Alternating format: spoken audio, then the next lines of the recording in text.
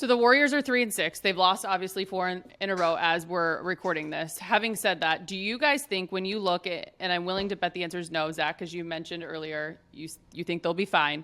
But is this kind of like a last dance type of season for the Warriors in terms of what we've known them to be with all these championship runs? Or do you still think they have quite a bit left in them? I think it depends on how the season goes. Like if the young guys aren't ready to take the reins next season, I don't really know what happens, because I think everybody in that organization from the owner on down feels an obligation to Steph to put him in a position to have a chance every single season. And the idea of this being a last dance season is that Kuminga and Moody and Wiseman prove that they're ready to kind of take the reins from whoever you think, Draymond, Clay, whatever. And they haven't proven that yet. We're only 10 games into the season. And if they're not ready, and by the way, they're 20 years old, like it would be kind of a surprise if they were ready. I don't know that the book is written on like Draymond not being on the team next year. Obviously the punch kind of complicated that, or what's going to happen with Clay when he re-engages on extension talks and all that. I mean, the bottom line is Steph is 34, I think 33 or 34. He's still incredible, a top 5 player in the NBA. And as long as that's true, they're going to do whatever it takes to put a real contender around him. And if the kids aren't ready for that next year, then they got to try something else. Yeah, sell them all, trade them all, and bring in some vets to go for another run. Go for that. Would be the last dance. There is a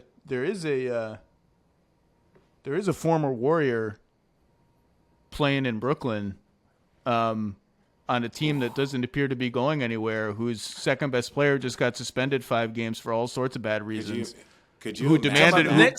Who requested a trade not long ago. Ooh. And could you imagine getting Jordan Poole, Wiseman, and Kuminga? I don't even know if those numbers. I don't even know if those numbers match. I don't know any of this stuff. I'm not going to get into that stuff. I'm just saying, like, they would get a great haul. They would get a great haul. A great haul to start over. Start over.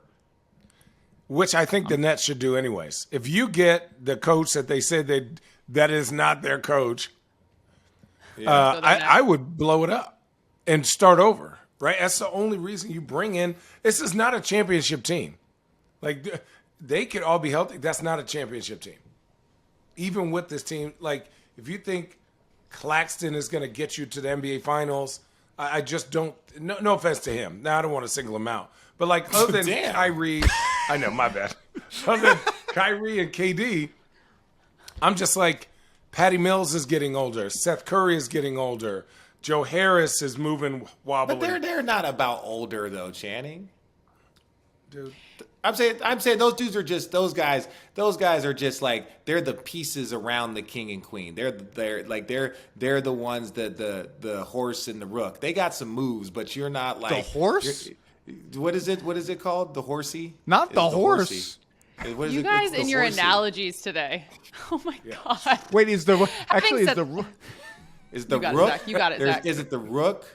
I think the rook is the horse, but I'm not actually sure. I don't know how to play chess, so I shouldn't be laughing at you. But all I know is it's not the horse. It's the horsey, to be exact. Horsey. He's Googling. Before we dive into the Nets, because that is a whole other situation, and I want you guys to. Our listeners are going to love that, Channing. I want you guys to weigh in on that aspect. I do want to finish. It's the night. It's the night that's the horse. Damn it. The horsey. There's a bishop. A bishop is involved. I'm sorry, Allie. No, you're so fine. Zach, you're the only one that you can free talk. Welcome to the randomness, Zach. I love the randomness. But I want Zach to be able to finish his thought on, obviously you were talking about Kevin Durant being, oh God, could he end up in Golden State?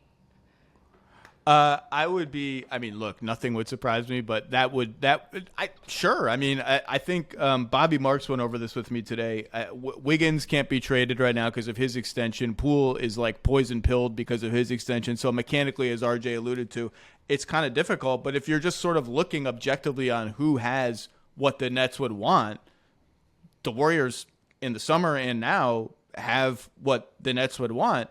To Channing's point, I think in the summer, the Nets were their mindset was, we've traded all our picks to Houston. We don't want to be bad. If we're trading Durant, we want players who can help us right now and draft picks too.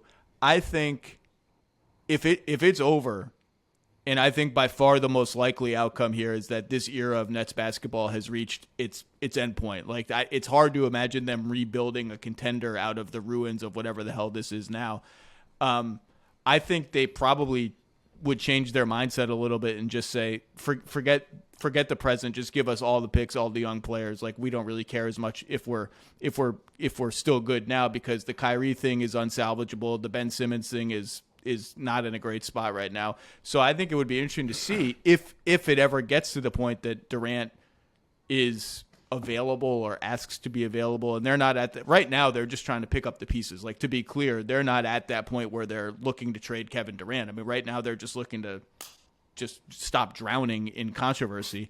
But it would, look, the vultures are already circling. I can tell you that. The teams that were interested in Durant then are gearing up to make the calls now.